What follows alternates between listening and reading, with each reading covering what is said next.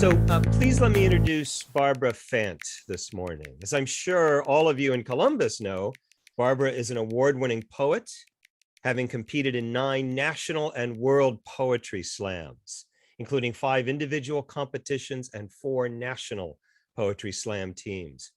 Her first poetry collection was published in 2010, and she has since published 2 chapbooks, both released in 2017.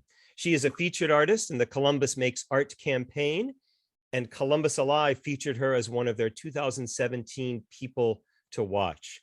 She teaches poetry at Transit Arts and was an editor for Antioch University's literary journal, Lunch Ticket. Speaking this morning on the theme, Liminal, please join me in welcoming Barbara Fant. And you are hearing rapturous applause there, Barbara. Thank you so much. I can hear and see all of the applause. So it's so great to be here with all of you today. Thank you so much for having me. Thank you, Brandy, for the recommendation. Brandy and I have a special connection, so I appreciate that. So glad to be here.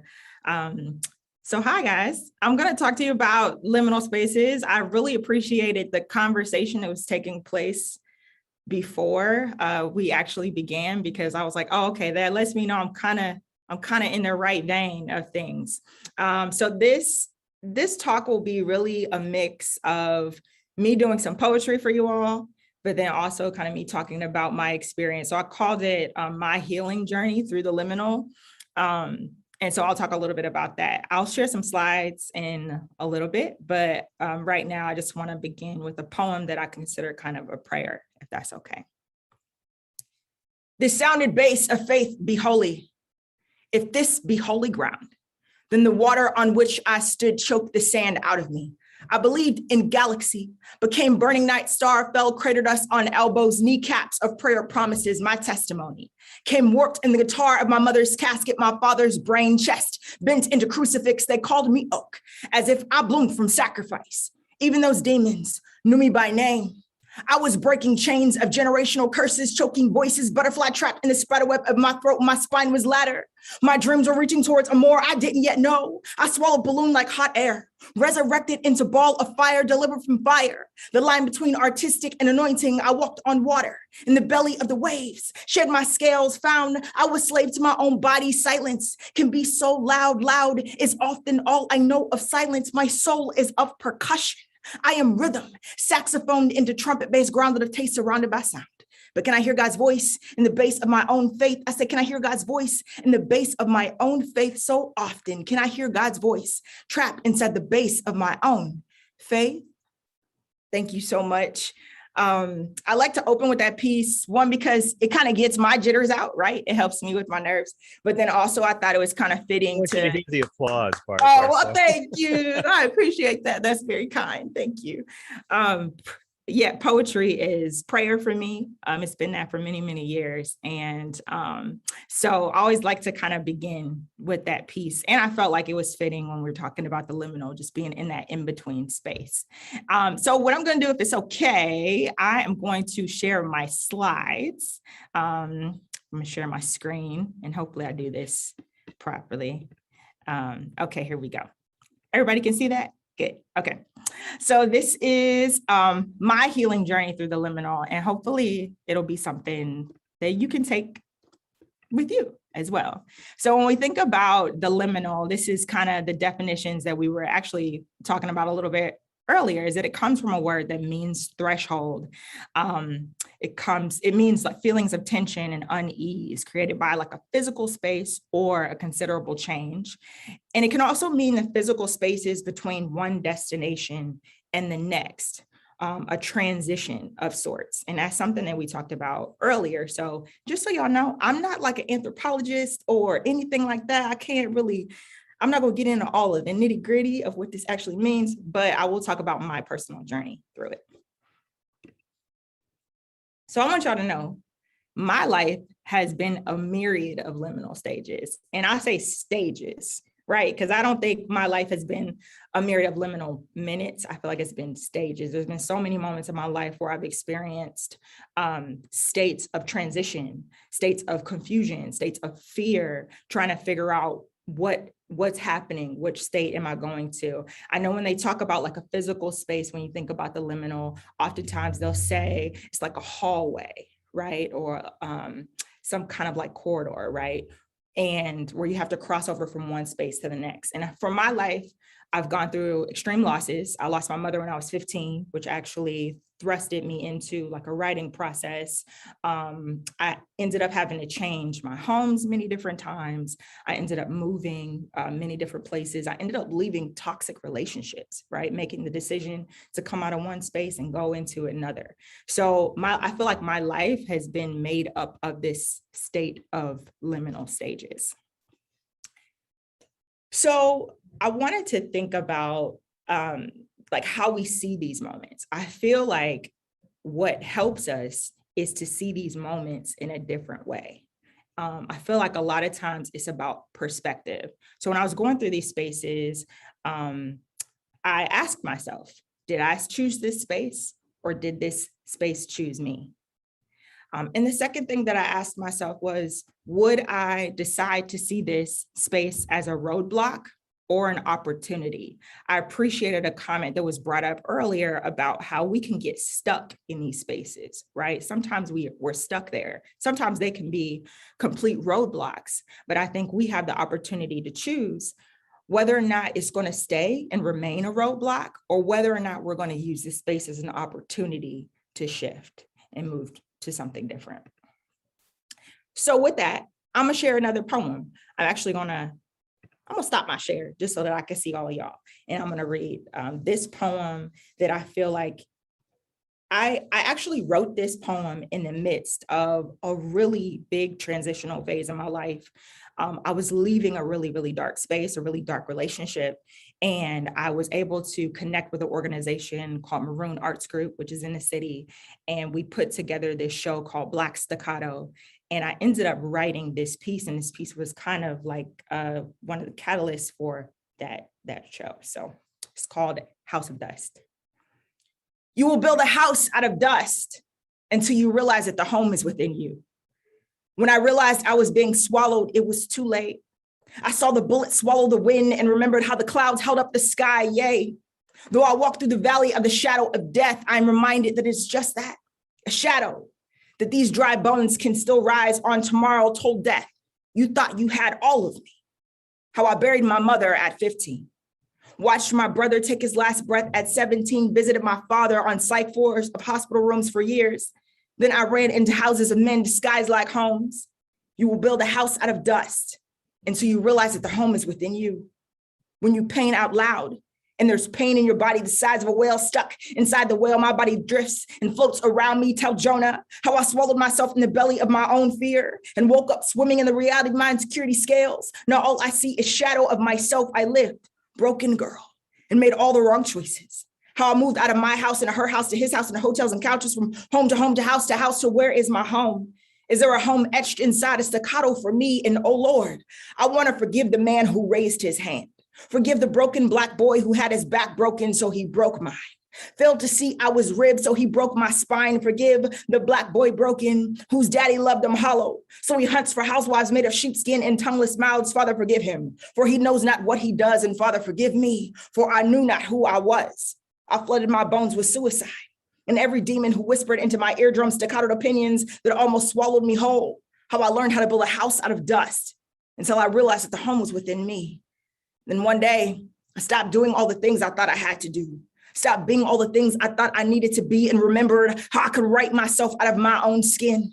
My mouth, a boundary worth breaking. Remembered what it was like to have poems written into me, to write myself into a poem so thick it spills salvation, to cough so many poems from my lungs that it creates sanctuary. And yea, though I walk through the valley of the shadow of death, I will no longer fear myself.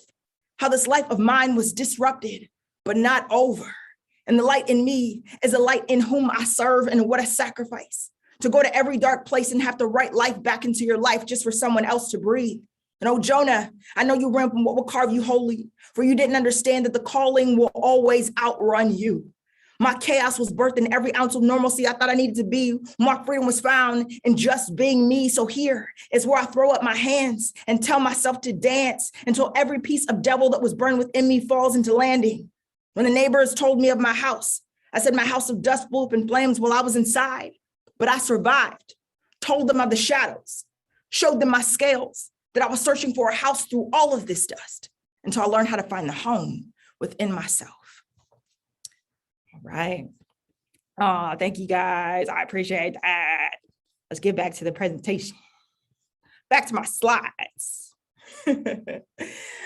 So when we were talking earlier, we were talking about like what these spaces can do for us. And I feel like in that poem, I'm talking about like what that space did for me. It helped ground me. And I think that's what these spaces can do for us, right? They can help ground us. They can help us become more centered. They can also help define us, not just who we are, but who we want to become. And then the second or the third piece of this is we get to choose. We get to choose what we're going to take with us to that next phase, right? We could take a bunch of baggage with us if we want to. We could take that grief or that shame.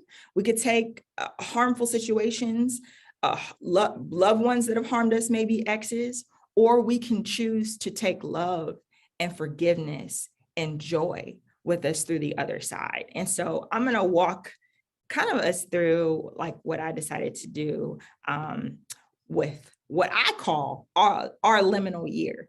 Because we talked about a little bit earlier, I feel like all of us have lived through this liminal state of COVID and having to shift and change through that. And so I wanted to take y'all through kind of my last year and a half, 2 years. How long we've been in COVID, y'all? It's been a long time, but I'm gonna take y'all kind of through some of the things that I did throughout my process through our liminal year. So when I think about my healing journey, I chose to create through COVID. That's one of the things that I pushed myself to do, is I pushed myself to create. The second thing that I did was I leaned into creativity. With my income, I looked for multiple streams of income. I expanded spaces through my faith. And then the third piece of that is that I chose joy. Like I said, I feel like we have an opportunity to choose. And I decided to be intentional about choosing joy in that space. And so I'll talk about that a little bit later. This is one of the first things that I did. And I want to talk about the collective. You'll see a bunch of beautiful faces of some Black women on this space. So at the very beginning of the pandemic, I told myself that I wanted to remain creative and that I was going to push myself to remain creative. And so what I did was I reached out to about 14 Black and brown women who were writers in the city. And I was like, hey, how about y'all go on a journey with me? Let's write a poem a day.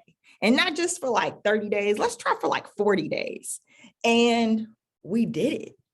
We actually just used each other as accountability partners. We wrote a poem a day and we were accountable like to each other. We just submitted it every day online to each other. And what happened from that is that people didn't want to stop. They were like, well, we want resources. We want to like stay connected. We want to do this. We want to do that. So we became what we have now called the Black Woman Rise Poetry Collective. In March of actually earlier this year, Susan Bradford invited us to perform for the Backstage series. So this is like one of the first events that opened up out of COVID. The event actually was hybrid. We sold tickets online and in person, and it became this collective that we're now running. Now we're partnered with Freedom a la carte, and we're able to run open mics. We're able to run workshops with the women at Freedom a la carte, and it's just been an exciting process. And who would have known that that's something that would have come out of COVID? The second thing that I did was I decided to further develop my business, and not just to poetry and speaking, but also I started doing work with nonprofits, actually like consulting with nonprofits. And so it just really worked out. I want to show y'all my logo because I'm so proud of it. And this kind of actually came out of COVID. And Marshall Shorts, who I'm sure most of y'all know, was the one behind this logo. And we really worked together and kind of ironed this out. And he came up with this design, which is kind of 2 Bs. But then if you look at it again, it's like an 8, I feel like, which is like a number of completion. So it really just worked out. But I dove into further in my business, and I ended up expanding my resources in ways that I didn't really expect. I also landed a book deal, y'all. I landed a book deal, and I actually worked really hard in this. This is my new collection. It's actually out next month. The pre-order is, you can pre-order it now, actually. But I do want to just shout out April Tsunami, actually, who did this cover. Some of y'all may know April Tsunami, incredible artist in the city. And I worked towards that. I chose to not kind of dive into a hole. I chose to not be stuck. And I pushed myself to create. And this is one of the things that came out of that. So shout out to Sundress Publications that is publishing this collection. The next thing I did, and this will kind of like lead me into the next part of my journey, was I ended up contracting with the Arts for Healing and Justice Network. So some of you may know, some of you may not know that my work, a lot of my healing informed arts work has been embedded in the justice system and inside incarceration. So I work inside youth and adult correctional institutions, teaching art as a form of healing. Throughout COVID, I ended up contracting with an organization called the Arts for Healing and Justice Network. It's a network of arts organizations that are dedicated towards using art as a strategy for healing and wellness for like the juvenile justice system, but then also for young people and community. And they reached out and said, hey, do we have capacity to do this in Ohio? And because of the work that I was doing, I was able to contract with them. And so now we have a network in Ohio of arts organizations who are dedicated towards this work. We also just finished our first teaching artist training, which is really exciting. We also partnered with Franklin County. So one of the things that came out of this too is that one of the judges at the youth courts reached out to me before COVID and asked if I could bring some artists inside to help like beautify the space in a way. And so because of COVID hit, we couldn't go inside. So I reached back out. I said, hey, can those funds be used in a different way? And so we were able to utilize those funds to build arts programming for young people who are incarcerated. And we're doing that program actually now, still virtually. And so that was one of the things that came out of it. For all of us who lived through the pandemic, that was an incredibly liminal space, right? For a lot of us, there was what we called the pandemic inside the pandemic, with the uprisings and everything that was happening around the murders of so many, but especially George Floyd. And so I wanted to kind of bring this into this space because this is something that all of us lived through as well. And so many of us could have shrunk in this space. So many of us could have become stuck, but so many of us took to the streets. And I think that that's an important piece of this as well. I wanted to uplift one of the murals that was put together by David Butler at an arts school in Cincinnati. And so that's what you'll see on the left. And he actually used one of my poems to do it.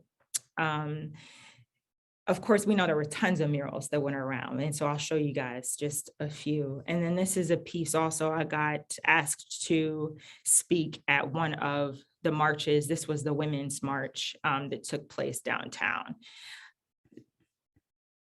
Yes, that's what I'll say about that. These are the next 2 pieces that I wanted to share. And I think what I'm also trying to stress is that so much of this work, this is work that came out of COVID. And it's not just like my work. There's so many of us artists who decided we're not going to sit down. We're artists. We're going to create. Artists are still going to do what they do. And so I felt that it was fitting to talk about this for Creative Mornings, especially when we're talking about the liminal space. And so on the left here, I want to show you a painting that was done by Brian Moss. This is at the McConnell Art Center. If y'all know Aaron Blue, that's Aaron Blue holding this painting. And this is one of my poems called But Tonight. And then to the right is one of the murals that was put up downtown. This is by an artist, Stephanie Rond. This was when a lot of the glass was broken out down at the Ohio Theater, and there were many murals that were put up. This was one of them. And Stephanie reached out to me and she said, hey, I want you to write a poem for one of the murals that I'm putting together. And I said, I would love to, but I can't do that without the voice of other women. And so I just want to shout out the other women who helped me write this piece, Dion Custer Edwards, Taisha Radford Short, Cynthia Amoa, and Bahira and Nafisa Malik. And what I'm going to do is I'm actually going to read this poem. It's called Our Lady Justice. She stands, armored in melanin's perfection, glares pain in the face, holds our future in her eyes, wisdom arched in her spine as America, shaped like glass and possible, gathers its flesh and shards. She stands, swallows swords of outrage whole, fire breather. Our Lady be the fire, won't burn out when the weight of injustice equals the cost of Black life, Black freedom, God's creation. Strength shines still as silence silences itself. She stands in center of it all, whispering, there will be peace, there will be joy.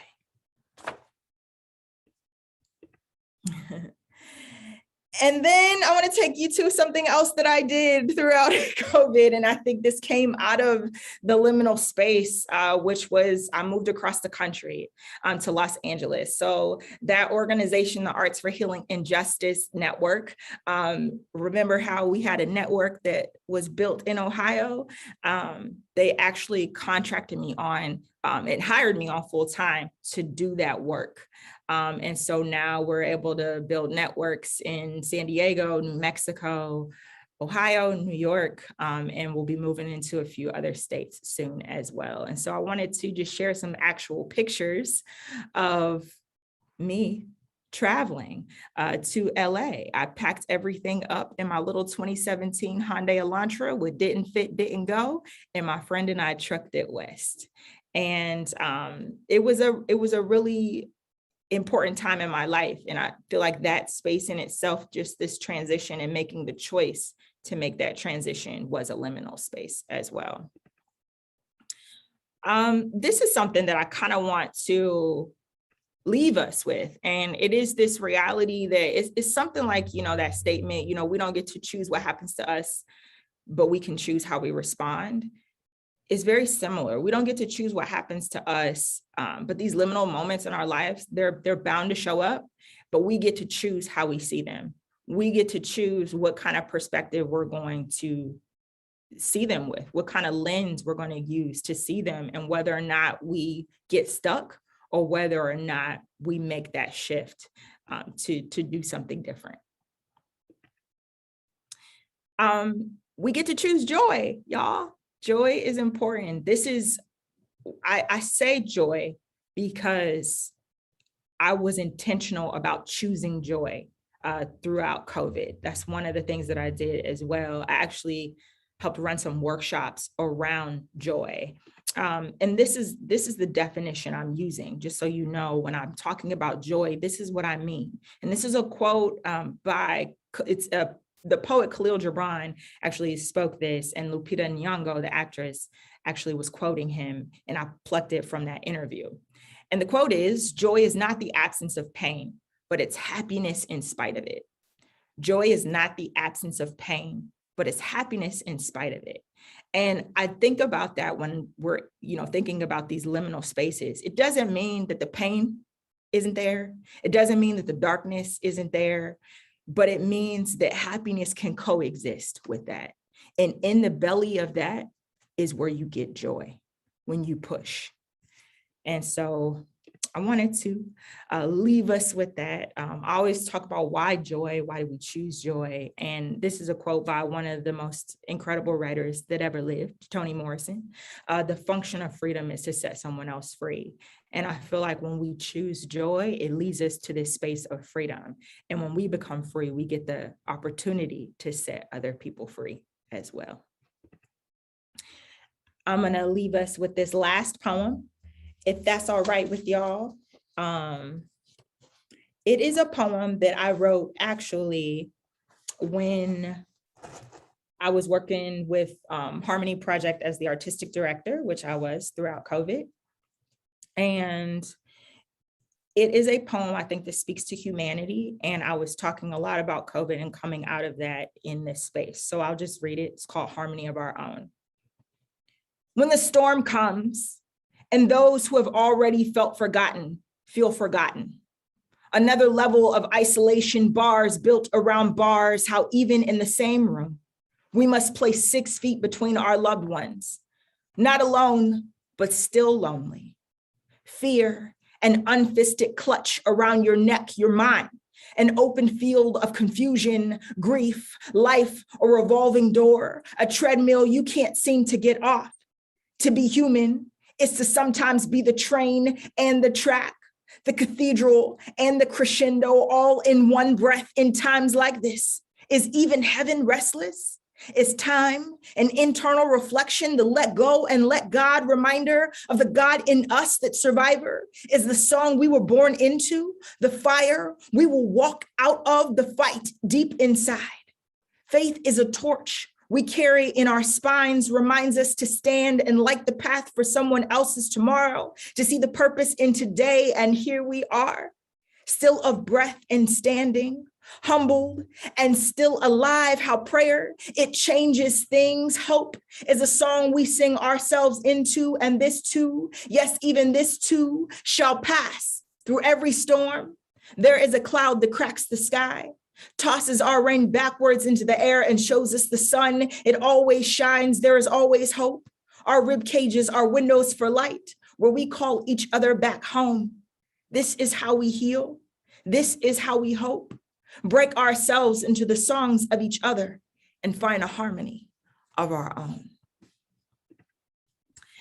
And with that last poem, I wouldn't be who I am if I didn't leave you guys with a little bit of a prompt. And this is the prompt that I actually used a lot throughout COVID. And I won't give a space or time to write today because we don't have that, but I want to leave this prompt with you and you can feel free to write it down. So I want you to think about what has kept you alive or what has helped you survive throughout this past season in your life. What is that has kept you alive or helped you survive throughout this past season? Whether that be a person, place, or thing, it can be a spouse, a partner, it could be your home, it could be a pet, whatever it is, right? It could be writing, if that's what it was, or music. And then I want you to write a letter of gratitude from the perspective of that person, place, or thing back to you. Write a letter of gratitude or thanksgiving from the perspective of that person, place, or thing back to you. And that concludes my presentation. Thank you all so much for having me today. Really, really grateful and feel really blessed and honored to be here. So thank you. Oh, we are blessed and honored, to be sure, Barbara. When I think when we were putting together speakers, I think I was among the leaders in this, saying we need to have a poet. We need to have like a really good poet be a speaker this year. And I think we most certainly found a really good poet. Thank you again, Barbara. We've left some time for questions, and you must have questions. Please write those in the chat. We'll try to get to as many of these as we can in the time available to us. I'd like to start, if I may, Barbara. I was so appreciative of your performances this morning. I wonder, well, first of all, have you been doing performances like this over Zoom because of the pandemic? And I wonder what that experience is like. mean, there's a part of me, I mean, I loved hearing these poems, but there was another part of me that thought, boy, I wish we were in a space someplace. I wish we were, I don't know, the Lincoln Theater or something, and we're hearing this live. What's it been like, I guess, to perform over Zoom, and is it a different sort of performance for you? It is. It's hard. Performing over Zoom is hard because as many hearts and as much, as many of the claps that you can get, you still lose that energy. You don't feel it. There's nothing like being in a space with people giving and receiving. And I think as performers, we feed off of that energy. We give it to you and the audience gives it back. And it's a reciprocal thing. And of course, you don't necessarily have that in Zoom. It's very, one-dimensional, right? You're not able to have that. But the blessing, I think, that came out of that space is that you can be in a different state or in a different city in a matter of seconds. We have a friend from Belgium right here today, and one of the things I think that I thought about actually through COVID is it's like, oh my goodness, like one night I was in Chicago, I was in Texas, and then I wonder if it was Brooklyn, it was somewhere in New York, I can't remember. In the same night, it was 3 different readings. And so I think that's one of the things too, I was able to feature in different states without having to physically go anywhere. So you get to build these connections, and we're so thankful that we have this. But as a performer, I'm ready to be back in person with people. What do you do differently over Zoom, if anything, versus say something that's live or actual human beings around you?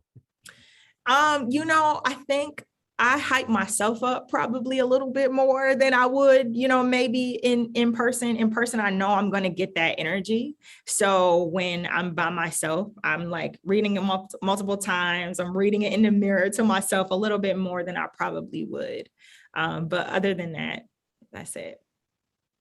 I will say maybe I try to coach the audience typically. I didn't in this space, but like if I'm running a reading or if I'm doing something else with other poets, especially, I usually try to say, make sure you give it up for the poet, make sure you throw your hearts up, make sure you clap, just so that people they know that they have the permission to give as much energy as they can in this space.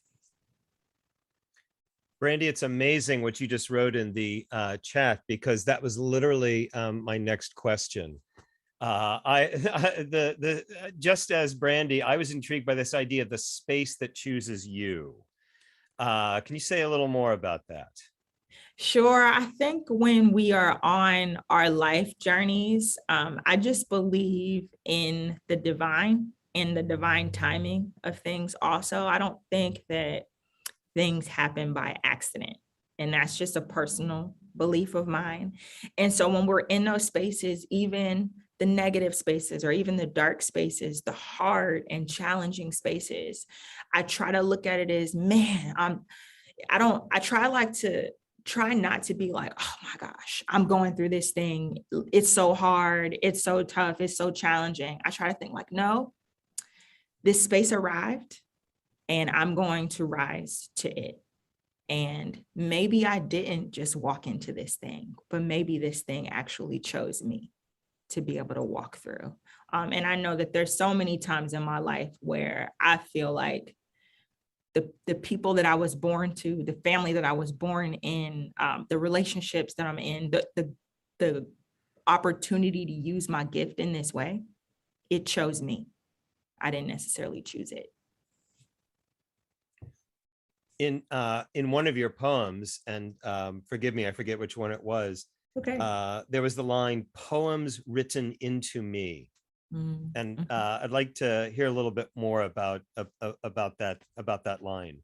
Yeah, that is a line from House of Dust, and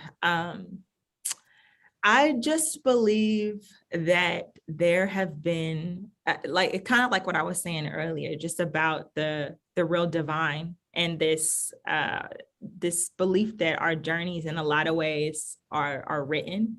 that we get the opportunity to kind of walk them out, but a lot of times they're written. But I'm a person of faith.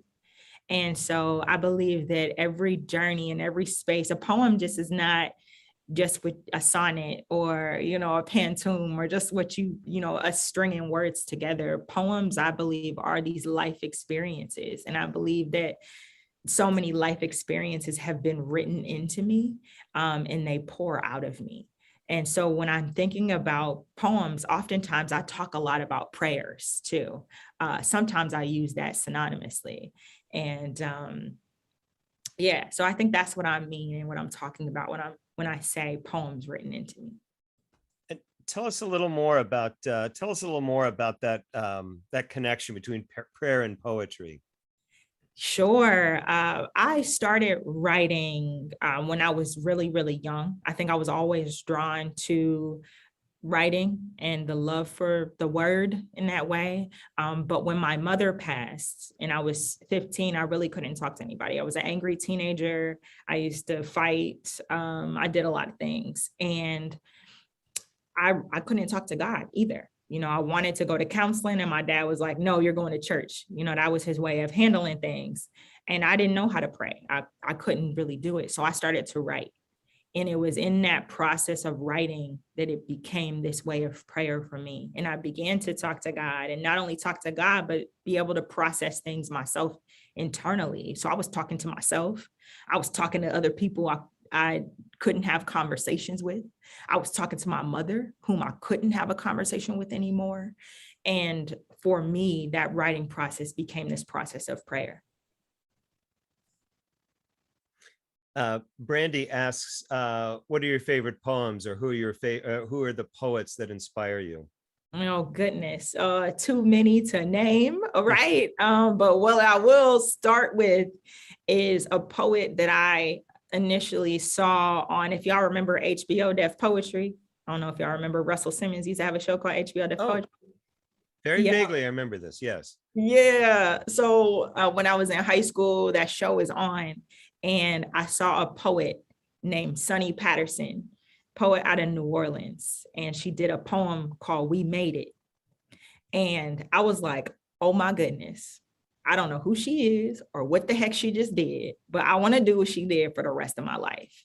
And when I'm from Youngstown, Ohio, when I moved to Columbus for college, I got on a stage at Black Pearl Poetry at the Brownstone, used to be the Brownstone downtown, and I haven't left the stage since. And so she's somebody that really incredibly inspired me. So many poets that I can name, though, poets in our city: Hanif Abdul-Karib, Will Evans, Tiffany Smith, Mahogany Brown out of New York, who published my first book and took me under her wings as a mentor, Khadijah Queen, Andrea Gibson, Rachel McKibbins. I mean, I could list them off and keep going, but those are a lot of my favorites, especially the greats, Sonia Sanchez, one of the greats, June Jordan, Yusuf Komunyakaa, completely shifted my brain when thinking about metaphor. He's one of my favorites for sure. You've already touched on this, but I wanted to explore in more detail, if you're willing and able. I'm very interested in your creative process. And any artist I interact with or any artist I interview, I would love to know more about your creative process. Yes, I'm trying to think of even how I can begin that, but a lot of times there are images that come to my mind that become metaphors, dreams, images, and they become somewhat of a metaphor for a story that I may not have yet. And there are other times that I have the story that's coming out of me, or it's what I would consider pouring out of me. It's pouring out of my body, but I don't have the actual metaphors for it yet. And I'm trying to build that. So my creative process is that I'm writing all the time. Oftentimes I try to write every day. I try to at least get something on paper every day, whether that's a metaphor or image or a full line or a full poem. I try to do that just for me in my personal practice. And so I'm constantly building stories that way. I also, over the years, I have been pulled into doing a lot of commission work, especially for organizations. And in that process is a little bit different because I'm usually pulling the stories that they want to tell and trying to build using the metaphors from some of the imagery that they've given to make it into a metaphor and build the story that way. And I'm trying to tell the story of an organization or of another person for the purpose of their event. So that process is a little different. Wow, thank you for that. Mhm. Aubrey's just asked, what brings you comfort in times of significant change? Mm.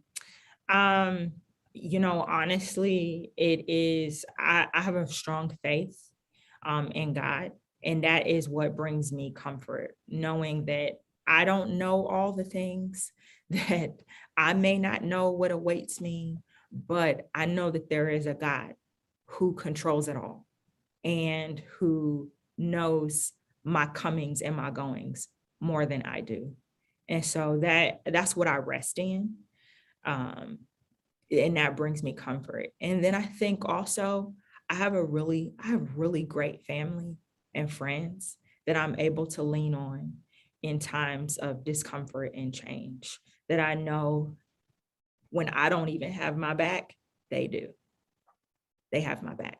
And I lean on them. I lean on community in a big way.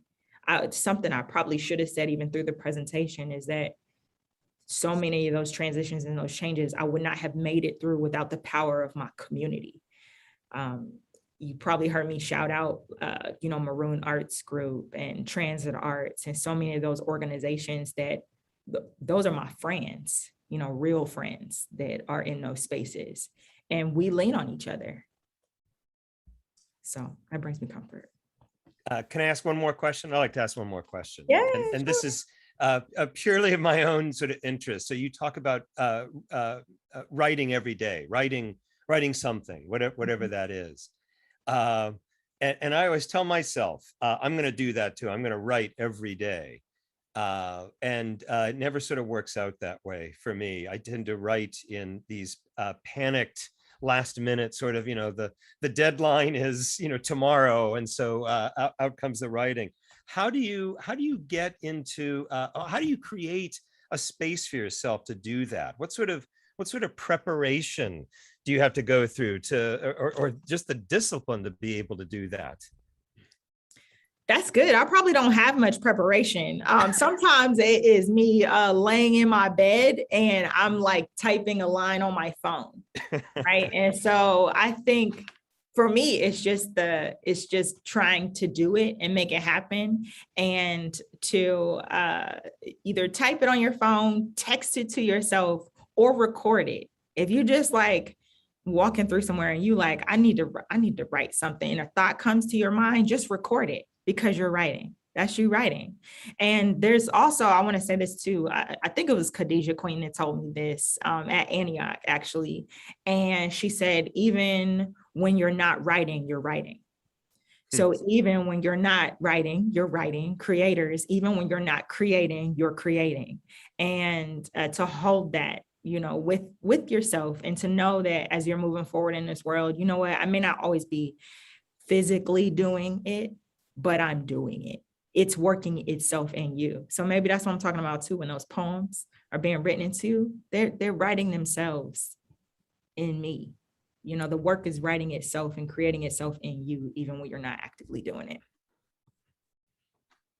Barbara, thank you again for speaking with us this morning. As you were talking and performing, I thought to myself, what we need right now at this moment is more poetry, and I think and more poets, and I think that this is going to be my my biggest takeaway from this today. Barbara, thank you again very much. Thank you so much for having me. Thanks to everyone who came. I appreciate that.